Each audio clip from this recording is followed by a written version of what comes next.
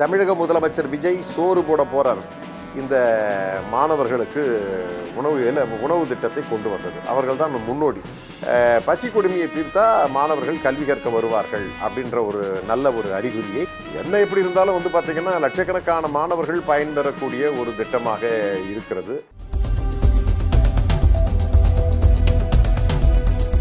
நண்பர்களே, தமிழக முதலமைச்சர் விஜய் சோறு போட போறார். சோறு போடுறாருன்றதை விட டிஃபன் போட போறார்.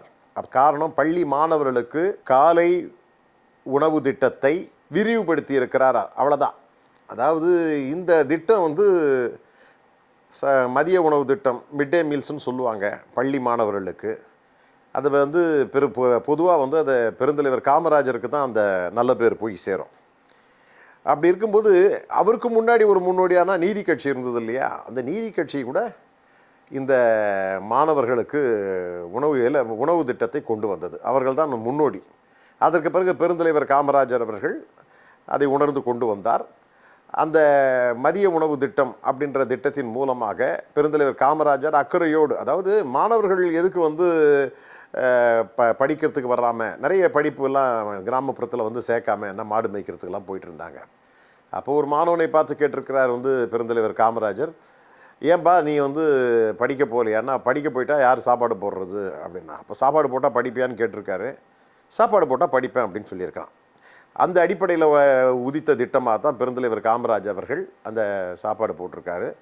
அப்போது அவர் ஆண்ட அந்த நேரத்தில் பார்த்திங்கன்னா மாணவர்களுடைய சேர்க்கை கூடுதலாக மாறி இருக்கிறது. ஆகவே பசி கொடுமையை தீர்த்தா மாணவர்கள் கல்வி கற்க வருவார்கள் அப்படின்ற ஒரு நல்ல ஒரு அறிகுறியை அவர் தான் ஆரம்பித்து வைத்தார் என்று சொன்னாலும் கூட, இப்போது பெரியாருடைய நாளில் காமராஜர் பெயரில் அந்த திட்டத்தை விரிவுபடுத்தி இருக்கிறார்கள். ஏற்கனவே இதை பெருந்தலைவர் காமராஜருக்கு பிறகு புரட்சித் தலைவர் எம்ஜிஆர் அவர்கள் இந்த திட்டத்தை சத்துணவு திட்டமாக மாற்றினார்கள். அதற்கு பிறகு கலைஞர் அவர்கள் முட்டையுடன் கூடிய திட்டமாக மாற்றினார்கள். அதுக்கப்புறம் அந்த உணவு திட்டத்தை சத்து உணவாக மாற்றி முட்டையுடன் சேர்த்து காலை உணவு திட்டத்தை இவர்கள் கொண்டு வந்தார்கள், ஸ்டாலின் கொண்டு வந்தார்கள். இப்படிலாம் நிறைய மாறி மாறி யார் யார் முதலமைச்சராக வந்தாரோ அந்த சத்துணவு திட்டத்தில், பள்ளி மாணவர்களுக்கு உணவு கொடுக்குற திட்டத்தில் ஒரு விரிவாக்கம் நடந்திருக்கிறது. அந்த விரிவாக்கத்தினுடைய ஒரு பகுதியாக தான் இப்போ எல்லாருமே கையை வச்சுருக்கிறாங்க. வந்த முதலமைச்சர்கள் எல்லாருமே இந்த பள்ளி மாணவர்களுக்கான உணவு திட்டத்தில் கையை வச்சு தன்னுடைய பங்குக்கு என்ன செய்யலாம், எப்படி பேர் எடுக்கலாம் இதுதான். அப்படி ஒரு வகையில் ஆராய்ந்திருப்பார்கள், பேசியிருப்பார்கள். அப்போது இந்த அதிகாரிகளெல்லாம் மூளையை கசக்கி என்ன பண்ணியிருப்பாங்கன்னா, இப்போ காலை உணவு திட்டம் என்ன பண்ணலாம் அதை சொல்லுங்கள் அப்படின்னு இருக்காங்க. அவங்க 1ஆம் வகுப்புலேருந்து 5ஆம் வகுப்பு வரையில் கொடுக்குறாங்க. அப்போ நாம் இதில் இன்றைக்கி இருக்கிற பட்ஜெட்டு, நிதிநிலை அறிக்கை எல்லாத்தையும் ஆராய்ஞ்சு பார்த்தா நாம் என்ன செய்யலான்னு கசக்கி பிழிஞ்சிருப்பாங்க. அப்புறம் பார்த்தா அந்த 6ஆம் வகுப்புலேருந்து 8ஆம் வகுப்பு வரை இந்த திட்டம் விரிவுபடுத்தப்படுகிறது. அதாவது அப்படியே ஒரு கொஞ்சம் அப்படி இழுத்து பிடிச்சிருக்காங்க. அப்படி இழுத்து பிடிச்ச அந்த திட்டம் தான் பார்த்திங்கன்னா 6ஆம் வகுப்பு முதல் 8ஆம் வகுப்பு வரை இந்த காலை உணவு திட்டம் விரிவுபடுத்தப்பட்டிருக்கிறது.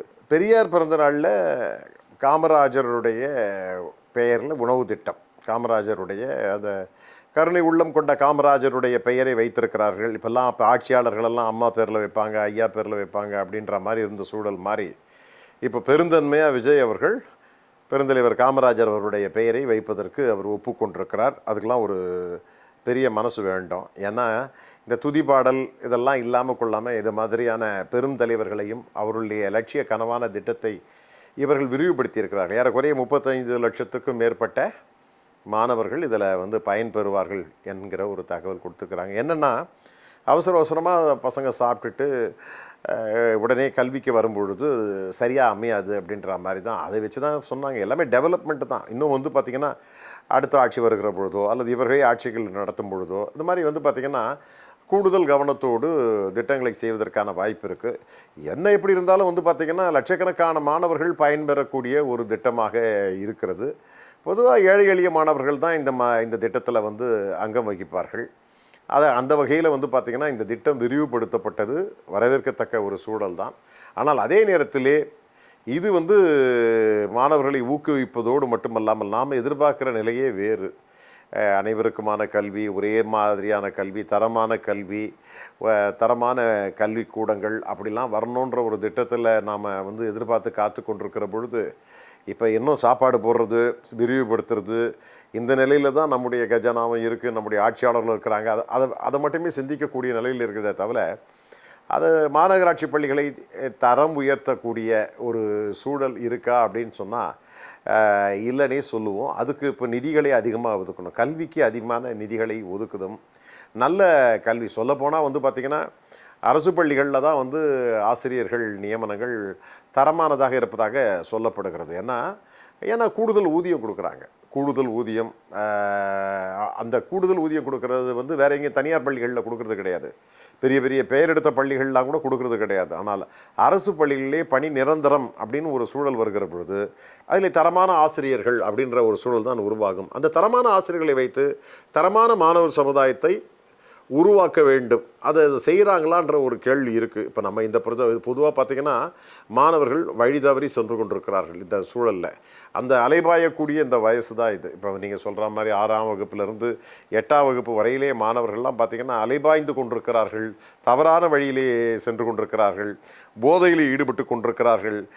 பெற்றோருடைய கண்களிலே மண்ணை தூவி விட்டு இந்த பிள்ளைகள் செய்யக்கூடிய ஒரு சூழல், இதை கண்காணிப்பதற்கான ஒரு நிலைமை இல்லாத ஒரு சூழல் இருந்து கொண்டிருக்கிறது.